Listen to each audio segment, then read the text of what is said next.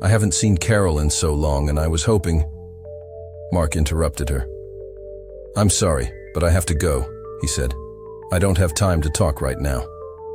He looked at her with disdain, and with a dismissive wave of his hand, he turned and quickly got into his SUV.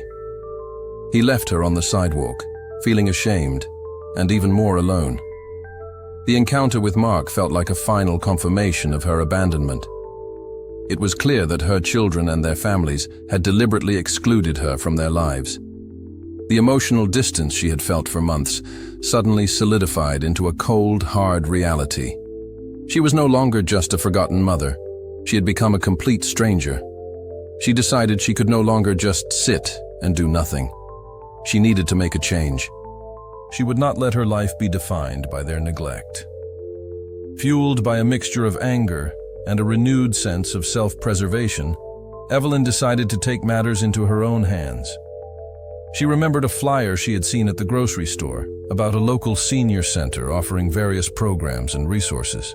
She had never considered going before. It was against her pride. Now, she thought, maybe that was exactly what she needed. She knew it would be a challenge, a major change in her lonely routine, but Evelyn felt that she had nothing to lose. She had been silent for too long. Her life was on the line.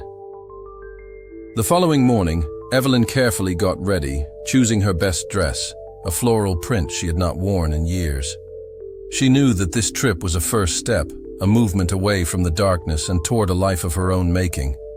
The bus ride was long and arduous, her body aching, her spirit filled with a mix of hope and trepidation.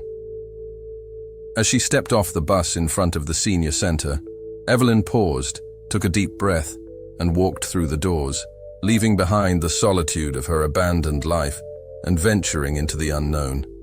She knew that the road ahead would be long and hard, but she was ready to fight for her life, one step at a time. The senior center became Evelyn's sanctuary, a place where she found not only companionship, but a renewed sense of purpose.